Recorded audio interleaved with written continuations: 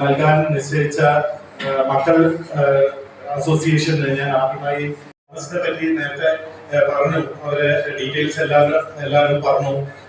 അപ്പം ഒരു സകലകലാ വല്ലഭന്റെ മാതിരി ഉള്ള ഒരാളാണ്. എല്ലാ സംവിധാനം നമ്മളെ മുഗ്ര ഭാഷയിൽ പറഞ്ഞു കഴിഞ്ഞാൽ ബാലേന്ദ്ര മേനോന്റെ മാതിരി എല്ലാവിധ പിന്നെ ഈ അവാർഡിന് നിശ്ചയിച്ചിരിക്കുന്നത്.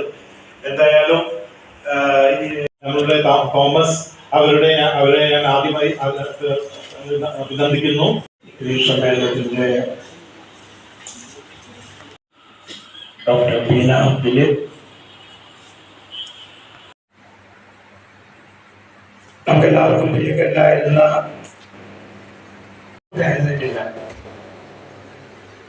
മാധ്യമരംഗത്തും സിനിമാ രംഗത്തും സാംസ്കാരിക രംഗത്തും വിദ്യാഭ്യാസ രംഗത്തുമൊക്കെ തിളങ്ങി നിന്ന ഒരു വ്യക്തിത്വമായിരുന്നു അദ്ദേഹം. നമ്മളെല്ലാവരും അദ്ദേഹത്തെ പ്രത്യേകമായിട്ട് ഓർക്കുന്നു.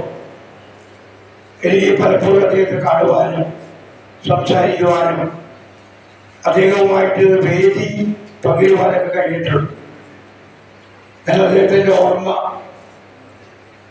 ഈ സമയത്ത് ഇവിടെ വന്നപ്പോൾ ഒരിക്കൽ കൂടി പുതുക്കാൻ കഴിഞ്ഞത് സന്തോഷിക്കുകയാണ്, ആനന്ദിക്കുകയാണ്.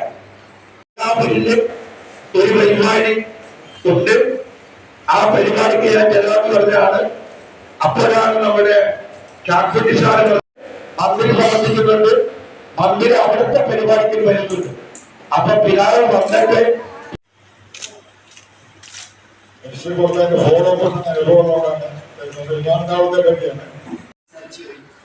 എനിക്ക് ഞാൻ ഏറ്റവും അധികം ബൈബിളിൽ ഇഷ്ടപ്പെടുന്ന എൻ്റെ ജീവിതത്തെ ഒരു നയിക്കുന്ന വലിയ ഒരു ഘടകം സ്നേഹമാണ്. ആ സ്നേഹത്തെ കുറിച്ച് പൗരസഭയിൽ എഴുതി വെച്ചിട്ടാണ് പുസ്തകം തുടങ്ങിയിരിക്കുന്നത്. അത് വായിക്കുന്നവർക്കൊക്കെ തന്നെ അതിൻ്റെ ആഴം മനസ്സിലാവും. പ്രത്യാശയും സ്നേഹവും വിശ്വാസവും ഒക്കെ ഉള്ളവരായിരിക്കണം ജനങ്ങൾ, ക്രിസ്ത്യാനി മതയിലാണ് എന്ന് ആഗ്രഹിച്ച ഒരു ആദ്യത്തെ കമ്മ്യൂണിസ്റ്റുകാരനാണ് വാസ്തവത്തിൽ യേശുക്രിസ്തു.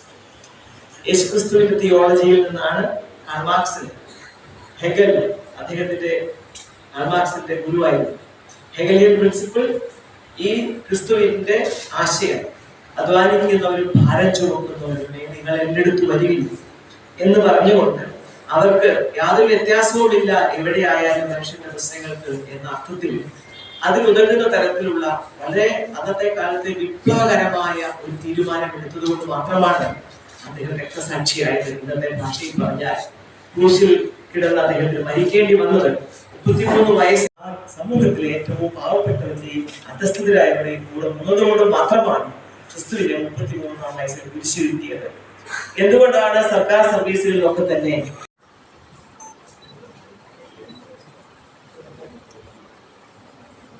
സാർ എല്ലാം ചേർന്നിങ്ങനെ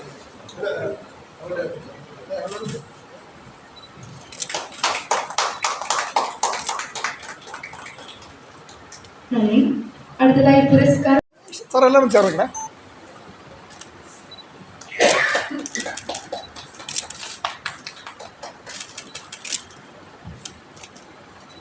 താങ്ക് യു സാർ. അദ്ദേഹത്തിനുള്ള ക്യാഷ് അവാർഡ്